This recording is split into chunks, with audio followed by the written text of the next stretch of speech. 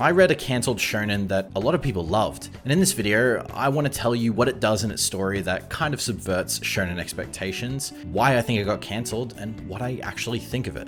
To start, I want to talk about the habit of reading manga. There are multiple different avenues that you can explore when you start. You could choose to read the most well-received or popular manga, and some of us seek out obscure titles to just be a little bit more unique. It's the same reason some people read Ulysses in high school to stand out from the crowd and say, Shonen Jump? No.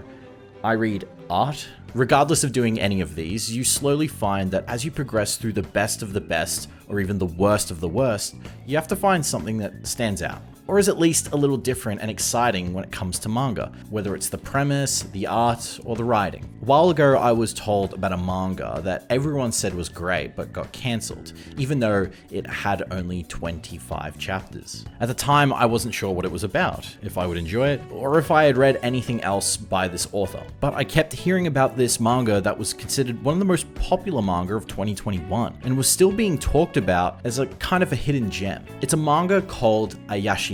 It actually began serializing on November 15th, 2021, and it was written and illustrated by Yuji Kaku, who is best known as the creator of the very popular Hell's Paradise. Now, Hell's Paradise has actually been on my list for quite a while, even before I found out about Ayashimon. In fact, I didn't even know the author of Ayashimon was the same person. The way I found this manga is I was telling people about a manga I was reading that got cancelled, and everyone assumed it was Ayashimon, and so that piqued my interest, especially since again it only had 25 chapters. I also heard about it in videos when people cited the sad fate of a good manga in Weekly Shonen Jump. They always mentioned Ayashimon, and those who did talk about Ayashimon love it. They love the characters, the style, the demon-like Yakuza parallel of two worlds, and the subversion of shonen, the demographic itself. Now, I'm someone who's willing to read anything if I have the right incentive. I had never heard of this before, but so many people were talking about it. Despite from my perspective it having a very vocal minority of fans, I wanted to see what it was all about. And I'll say, this is the first time I've ever made a video on a manga that I didn't love, but I also didn't hate it. And to get in why it left that kind of impact on me, I need to give you the brief premise. Our main character is Maruo. He's a young boy who's trying to find his purpose in life, and he is intensely strong that for any job he tries to do, people turn him away for breaking things. He tries to become a bodybuilder, but ends up breaking all the equipment. When delinquents attempt to confront him, he defeats them all with a single punch. In fact, nothing has presented a challenge to him, and he desires a true, real fight. That is, until one day, he comes across a young girl being chased by a gang of Yakuza. But these Yakuza are not your average daily Yakuza. The young girl tells him to run lest he lose his life to them. It's at this moment that the Yakuza transform into something that isn't human. They turn into Ayashimon, which are also known as yokai. When attempting to kill Maruo, they soon realize that he himself is also not your average kid, after witnessing literally lift a car. Now, to describe Maruo in a bit more detail, he's what you would call a shonen fanboy. Hence his incredible attributes, his skill, and his intelligence. It's shown in his backstory that he loves to read shonen manga religiously, and is drawn to the ideas of characters who get pummeled, destroyed, and beaten to within an inch of their life, yet still find a way to keep going. He thrives on the idea of defeating someone stronger than himself. In fact, he has never met anyone stronger than him, and wants to become a manga protagonist who loves the challenge. Now, faced with these supernatural yokai who have incredible strength, he finally has a chance to fulfill that purpose and live that dream of fighting enemies who are actually very tough. And let's just say, to close out that scene, that Maruo decides to go a little bit Yakuza 08 mode on them.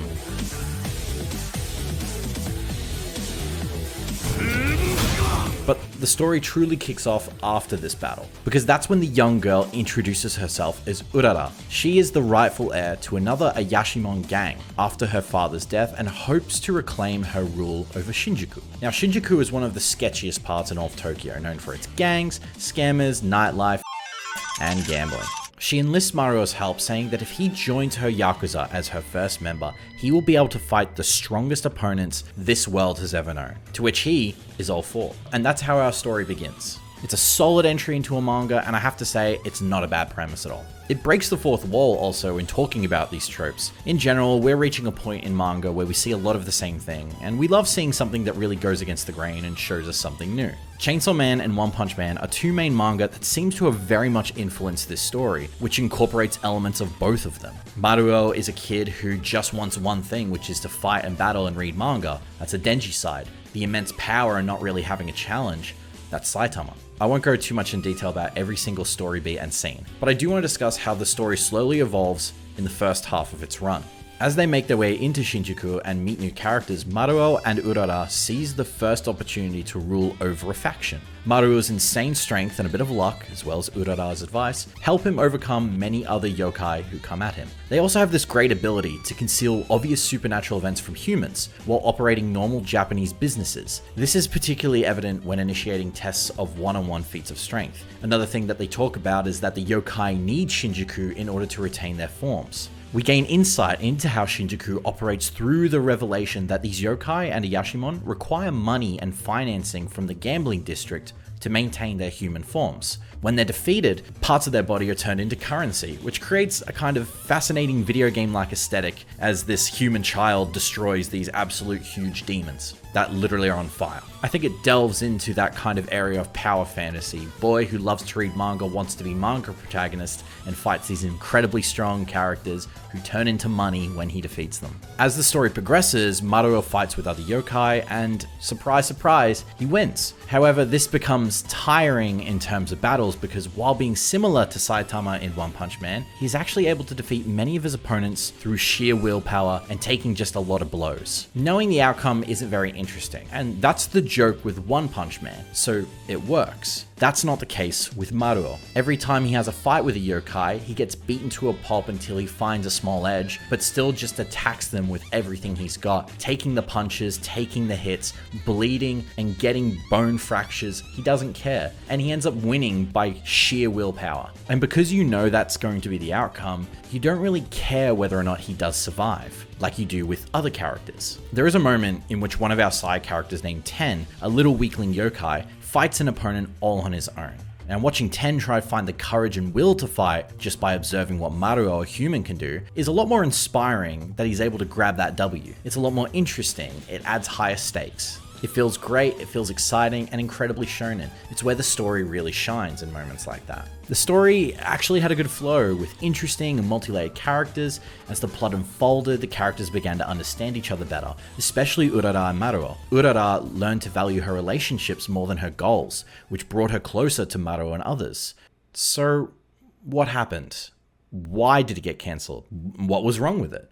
There are a couple schools of thought, and I want to touch on one, which was the behind the scenes. I can't imagine how much stuff it goes on when you're trying to serialize something in Weekly Shonen Jump. It is common, if you keep up with industry news, that many manga serialized, especially within Shonen Jump, have a standard to uphold in terms of popularity and sales, especially when you are a known mangaka who has a successful series under your belt. Because while Yashimon has a unique premise for its story, it actually puts itself against other extremely popular manga at the time it was serializing. It can easily get lost amongst others that also involve young men fighting yokai and demons in Tokyo or feudal Japan. At the same time, there was also another new manga called Doron Dororon, and this manga shared similar story aspects involving killing demons and was also cancelled before being completed. So this isn't an isolated reason to cancel these series. If a meta is established in any medium and the IP grouped within that is not unique enough to stand out from the rest, it is doomed to be forgotten. Such is the problem of working in any creative field. But if I had to say on a personal reason why the series could not continue, in a story sense, well, there are a couple things that stand out to me.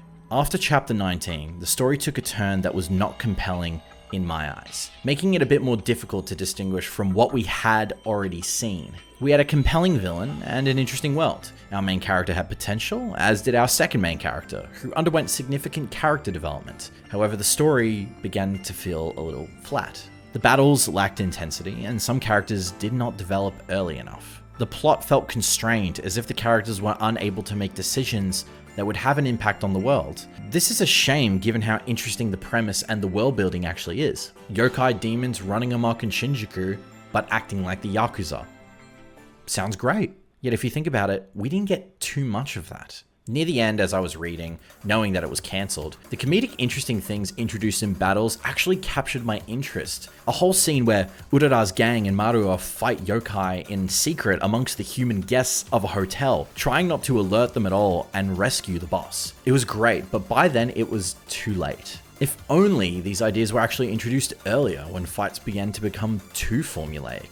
I think one of the things that made me really start to notice the cracks in the storytelling was the villain, Doppo Akari. He's one of those artist antagonists that loves his artwork, but the artwork is, surprise, made of his enemies. It's an interesting archetype that has been done in Hollywood films and art house films, but things in the manga felt pretty fresh with him. And we did have an interesting interaction with him where he fought Maruo and Maruo lost harshly, but Doppo then became erratic in his decisions after this. As this Yakuza mastermind who stole the title of a boss, he somewhat became unreliable in his character. He went full Joker mode and decided to disregard all rules of yokai and take over the entire Shinjuku district, which sounds evil, but it kind of made things a bit boring. And he was already an interesting villain before that. Being a constant threat and showing up unexpected in an early chapter and fighting our main character spoke to the kind of yokai he was, but I would have much preferred if he came himself as a warning, creating the possibility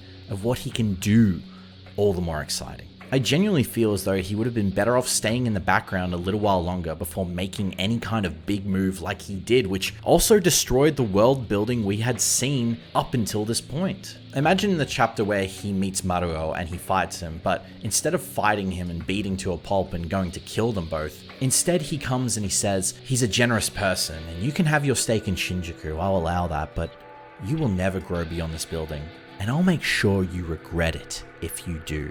Possibly even showing a piece of his artwork as a real threat. That sounds much more exciting and interesting to me, and it doesn't destroy the world building and puts us on a path that doesn't feel like it's been cut out underneath us. When it came to figuring out how to progress the story, it always felt like whenever a conflict is finished, we don't know where we're heading next. And when I say that, I don't mean that in an interesting way. Like, I have no idea where we're heading next, that's so exciting. I mean, I have no idea where we're going. Maybe, I guess we're going here. Yeah, I guess. It makes a lot of sense for the main character to strive through battle and become a better person, especially when you learn more about Maruo. He turns out to be a survivor of abuse from his father, and he finds inspiration to get stronger and escape from his surrounding world by rereading the same old, torn manga. We all have our reasons for reading manga, I imagine, when we look at someone like this. When Urara is at her most vulnerable and we start to learn more about her, Maruo says to her to read some manga, and you'll get back up and try again. It's a great way to break down barriers. I didn't like the circumstance how we got there with having the villain do all of that out of nowhere, but I liked that character moment. It's interesting to see a character like Denji who is obsessed with one thing while being an airhead, but at the same time has the strength of Saitama. You have a character successfully taken two sides of two very big mainstream series and created a whole new one.